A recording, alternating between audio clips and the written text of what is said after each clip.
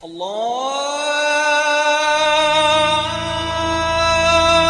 اکبر اللہ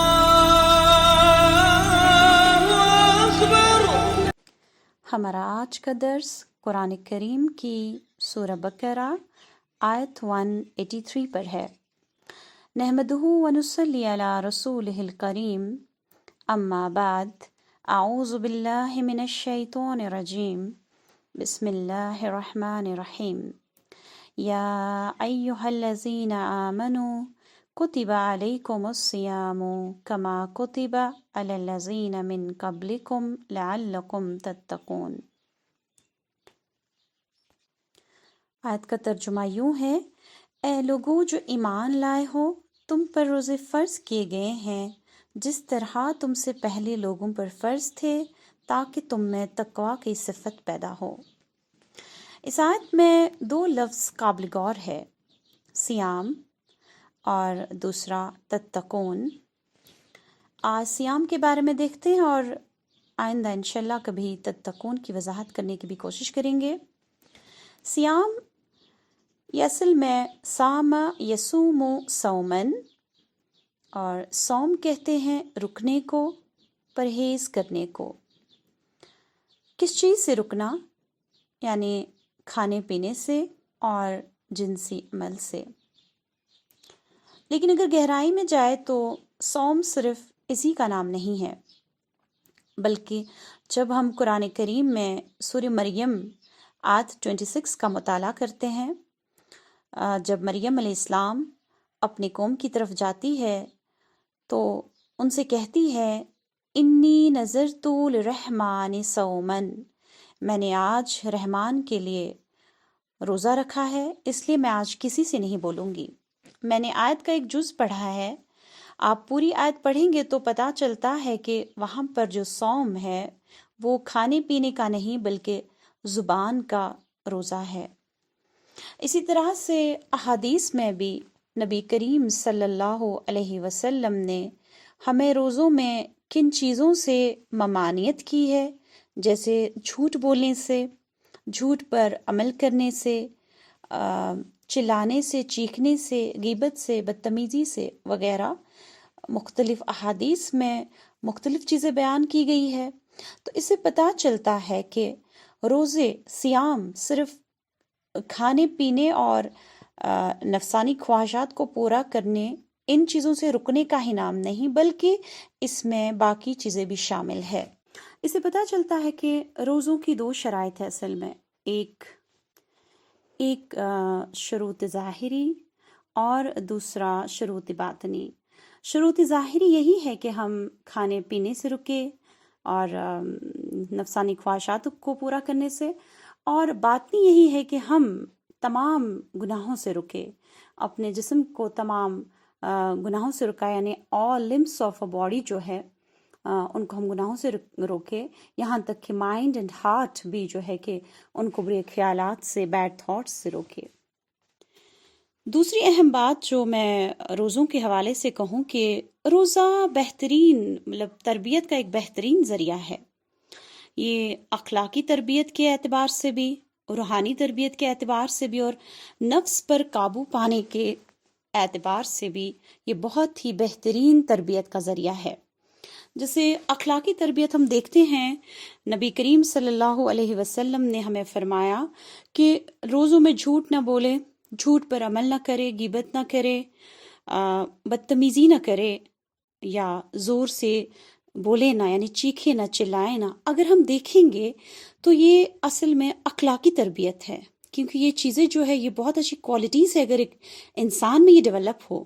اب روحانی تربیت کی طرف آتے ہیں تو دیکھتے ہیں کہ روحانی تربیت جیسے کہ راتوں کا قیام کرنا یا تراویح کا اہتمام کرنا، ذکر و اذکار میں مشغول رہنا، نیکیاں کرنا، جیسا کہ ہم جب اپنے سلف کے بارے میں پڑھتے ہیں اور دیکھتے ہیں کہ وہ کس طرح سے روزوں میں عبادت میں مشغول رہتے تھے، زیادہ سے زیادہ نیکیاں کرتے تھے، راتوں کا قیام کرتے تھے، اصل میں یہ روحانی تربیت ہے۔ تیسرا، نفس پر قابو پانے کی تربیت۔ دیکھیے، نفس پر یہ قدغن کس چیز کی لگاتا ہے روزہ؟ ایک تو کھانے پینے کی اور دوسری جنسی خواہشات پورے کرنے کی۔ کھانے پینے کی انسان میں جو ہے بہت چاہت ہوتی ہے، وہ پسند کرتا ہے اچھی اچھی چیزوں کو، کھانے کی چیزوں کو، چٹکارے یا پھر نفسانی خواہشات، اس پر وہ ان چیزوں کو جو ہے کہ ان کے لیے شریعت کے تمام حدود جو ہے توڑتا ہے، وقت آنے پر ان کو توڑتا بھی ہے، پھر حرام حلال کی تمیز نہیں رہتی۔ یہی دو چیزیں ہیں جن پر روزہ جو ہے کہ چوٹ لگاتی ہیں۔ اب دیکھیے کہ نفس پر قابو پانا، جیسے کہ نفسانی خواہشات پر قابو پانا، یہ بہت بڑی نعمت ہے۔ اس نعمت کی بدولت حضرت یوسف علیہ السلام کو، اب دیکھیے کس طرح سے غلامی سے لے کر اللہ تعالیٰ نے بلندی کے عروجوں پر ان کو بٹھایا، اور وجہ یہی تھی، جس طرح کہ قرآن میں فوکس کیا گیا ہے کہ جب حضرت یوسف علیہ السلام کو زلیخا نے اس کی دعوت دی تو کس طرح سے یوسف علیہ السلام نے جو ہے کہ اپنی عصمت کو بچایا۔ اور اسی طرح سے دیکھا جائے تو روزہ بہترین ذریعہ ہے ہمیں تربیت کرنے کا۔ تیسری اہم بات جو روزوں کے حوالے سے کہوں کہ روزہ جو ہے اس میں ہمارا نفس امارہ جو ہے، ہم اس کو حد الامکان کوشش کرتے ہیں اس کو دبانے کی، کیونکہ ہمیں یہ دبانا ہی ہے، کیونکہ جب تک ہم نفس امارہ یعنی وہ نفس جو برائیوں پر اکساتا ہے، جب تک ہم اس کو روزوں میں نہ دبائیں تب تک ہمارے روزے جو ہے قابل قبول نہیں ہیں۔ ہم اس نفس کو دبا کر نفس لوامہ یعنی ملامت کرنے والا نفس، جو گناہوں پر انسان کو ملامت کرتا ہے، اس کو ہم غالب کرتے ہیں اس مہینے میں۔ اور دھیرے دھیرے جب 1 مہینے کا یہ ٹریننگ پیریڈ میں ہم نفس امارہ کو دباتے ہیں، نفس لواموں کو اس پر غالب کرتے ہیں، تو یہی نفس پھر جو ہے کہ نفس مطمئنہ بن جاتا ہے۔ یعنی نفس مطمئنہ وہ نفس جس کو اطمینان حاصل ہو صرف اللہ کی خوشنودی میں، اور اس کو بے اطمینانی ہو اللہ کی ناراضگی میں، یعنی اس کا دل پھر بے قرار رہتا ہے، ہمیشہ وہ وہی کام کرتا ہے جس سے اللہ تعالیٰ راضی ہو، اور ان تمام کاموں سے اس کو بے اطمینانی پیدا ہوتی ہے جس سے اللہ تعالیٰ ناراض ہو۔ اس روزہ میں اس کی بھی تربیت ہوتی ہے، اور ہمارا یہی ہے کہ اللہ تعالیٰ چاہتے ہیں کہ ہم اپنے نفس کو نفس مطمئنہ بنائیں، جیسے کہ قرآن سے ثابت ہوتا ہے یہ چیز کہ فرشتہ جب موت کا فرشتہ جب آئے گا مومن کے پاس تو اسے کہے گا یا ایتھا النفس المطمئنہ ارجعی الی ربک راضیۃ مرضیہ، اے نفس مطمئن چل اپنے رب کی طرف اس حال میں کہ تو اپنے انجام نیک سے خوش اور اپنے رب کے نزدیک پسندیدہ ہے۔ ثابت ہوتا ہے کہ ہمیں اپنے نفس کو کیا ہے کہ نفس لوامہ جب ہم اس پر غالب کریں گے، 1 مہینے تک مسلسل نفس لوامہ ہم اس پر حکمرانی کرے گا تو یہ نفس مطمئنہ بنے گا۔ تو اس حوالے سے روزوں میں اس کی بھی ہمیں جو ہے ایک تربیت ہوتی ہے۔ اور چوتھی بات جو میں بتانا چاہوں گی کہ اصل میں روزہ جو تھا یہ اہل مکہ دور جہالت میں وہ یہ گھوڑوں کو روزہ رکھواتے تھے، چونکہ اہل مکہ جو ہے اپنے آپ کو حضرت ابراہیم کی قوم کی طرف منسوب کرتے تھے، اس لیے نماز حج ان عبادات سے وہ واقف تھے، لیکن روزہ کی عبادت سے وہ واقف نہیں تھے۔ ہاں لفظ صوم وہاں موجود تھا، لیکن وہ یہ گھوڑوں کو کرواتے تھے، گھوڑوں سے کئی روز تک کھانا پینا جو ہے کہ بند کرتے تھے، اور ان کو تیز جھلستی دھوپ میں رکھتے تھے تاکہ ان میں جو ہے کہ صبر کا مادہ پیدا ہو، ضبط کرنے کا مادہ پیدا ہو۔ وہ ایسا کیوں کرتے تھے؟ کیونکہ ان کا جو دور جہالت میں ان کا پیشہ لوٹ ماری، دہشت گردی، جنگیں وغیرہ تھی، اور اس میں گھوڑے کی ضرورت پڑتی تھی۔ کبھی لوٹ ماری میں ان کو کیا ہے کہ تیز بھی بھاگنا پڑتا تھا، اور اس وقت گھوڑا جو ہے سریع الرفتار جانور ہے، اگرچہ ان کے پاس اونٹ بھی ہوتا تھا لیکن اونٹ جو ہے کہ سست رفتار جانور ہے، لیکن اونٹ میں یہ کوالٹیز ہے کہ camel can survive without food and water for many days, لیکن ہارس میں یہ کوالٹی نہیں ہے، وہ بغیر کھانے اور پینے کے مزمحل ہو جاتا ہے۔ اس لیے اس کو ٹریننگ پیریڈ دیا جاتا تھا تاکہ وہ سیکھے ان کنڈیشنز میں کس طرح سے سروائیو کیا جاتا ہے جب آگے میدان میں پھر اس کو کھانا نہ ملے، پینا نہ ملے۔ لیکن یہ ہے کہ یہ ٹھیک نہیں تھا ان کے لیے، کیونکہ ایک قسم کی ان کے لیے سختی ہے، ایک ناشور جانور کو اس طرح سے اس چیز کا برڈن ڈالنا، یہ ٹھیک نہیں ہے۔ لیکن اب ہماری جو بات ہے، ہمیں بھی پروردگار جو ہے ایک مہینے کا ٹریننگ کورس دیتے ہیں. ہمارے لیے وہ یہ عذاب نہیں بلکہ تربیت کا بہترین طریقہ ہے. جس طرح سے میں نے ابھی بیان کیا کہ کس طرح سے یہ بہترین طریقہ ہے، کس طرح سے انسان کو یہ ہے کہ شریعت کا پابند بناتا ہے، کیونکہ اس میں ہم 1 مہینے تک مسلسل شریعت محمدی صلی اللہ علیہ وسلم کی جو ہے کہ اتباع کرتے ہیں، ان کے احکام کو حتی الامکان کوشش کرتے ہیں کہ اس میں ان چیزوں کی اتباع ہو.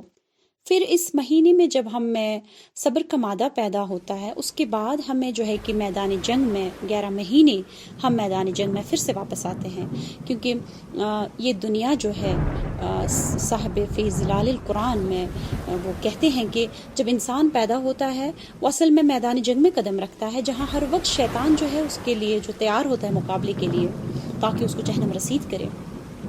ہمیں یہ ٹریننگ پیریڈ دیا جاتا ہے تاکہ پھر 11 مہینے ہم اس میدان جنگ میں پیچھ نہ پھیرے، ہم شیطان کے مقابلے میں ڈٹ کر کھڑے ہو جائیں، ثابت کر دے اس چیز کو کہ ہم جو ہے کہ تربیت یافتہ ہوئے ہیں اس مہینے سے. لیکن بہت کم ایسا دیکھنے میں آتا ہے کہ اس مہینے کے بعد ہی کیا ہوتا ہے کہ عید کی پہلی دن سے ہم ان چیزوں کو بھول جاتے ہیں. وجہ یہ ہے کہ ہم نے جو عبادات کو سمجھا ہے، ہم نے ان کی ظاہری شکل کو ہی عبادت سمجھا ہے. اصل میں عبادت کا ایک اہم مقصد ہوتا ہے، وہ ہوتا ہے روحانی تربیت، روح سے جڑی ہوئی ہوتی ہے. لیکن ہم نے ہر عبادت کے ظاہری مفہوم کو، ظاہری پہلو کو ہی دیکھ کر سمجھتے کہ ہم نے عبادت کرتی. یہی وجہ ہے کہ ہم جو ہے پھر زندگی کے اصل میدان میں ہم ہار جاتے ہیں، شیطان ہم پر غلبہ پاتا اور ہم اپنے آپ کو کمزور ثابت کرتے ہیں. اور آخری بات جو میں آپ سے کہنا چاہتی ہوں، وہ امام غزالی رحمۃ اللہ فرماتے ہیں کہ اصل میں جو روزہ 3 اقسام کی روزہ ہے. ایک روزے وہ ہے جو عام لوگ رکھتے ہیں، جنہیں ہم صوم العوام کہتے ہیں. عام لوگوں کا روزہ، ان کا روزہ یہ ہوتا ہے کہ وہ کھانے پینے سے رکے رہتے ہیں اور نفسانی خواہشات سے رکے رہتے ہیں. دوسرا ہے صوم الخواص، یعنی خاص لوگوں کا روزہ. وہ یہ ہے کہ وہ کھانے پینے سے بھی رکتے ہیں، نفسانی خواہشات کو پورا کرنے سے بھی رکتے ہیں، اور اس کے علاوہ وہ جسم کے تمام اعضاء سے مطلب وہ گناہوں سے ان کو رکاتے ہیں. جسم کے تمام اعضاء، آنکھیں، زبان، کان، وہ ان سے اپنے آپ کو جو ہے کہ گناہوں سے بچاتے ہیں. اور تیسری قسم کے وہ لوگ ہیں جن کو ہم صوم الخاص الخواص کہیں گے، یعنی وہ ایسے لوگ ہیں جو ایک تو کھانے پینے سے بھی رکتے ہیں، جنسی خواہشات سے بھی رکتے ہیں، اور جسم کے تمام اعضاء کو گناہوں سے بھی روکتے ہیں. اور یہ کہ ان کے دل جو ہوتے ہیں ہمیشہ بے قرار ہوتے ہیں اللہ تعالیٰ کی رضامندی کے لیے. یعنی ان کے دل ہمیشہ یہی چاہتے ہیں کہ وہ کام کرے جس سے اللہ تعالیٰ کی رضامندی ہو، ہر اس چیز سے بچے جس سے اللہ تعالیٰ ناراض ہو. اور امام غزالی فرماتے ہیں کہ یہی تیسری قسم کے جو روزے ہیں، اللہ تعالیٰ کو اصل میں یہی مقصود اور مطلوب ہے، اور ہمیں چاہیے کہ ہم اسی قسم کے روزے رکھیں. آخر میں اللہ تعالیٰ سے دعا ہے کہ ہمیں روزوں کے حقیقی مفہوم سے آشنا کر دے اور ہمیں اس پر چلنے کی طاقت عطا کرے. آمین. وآخر دعوانا ان الحمد للہ رب العالمین.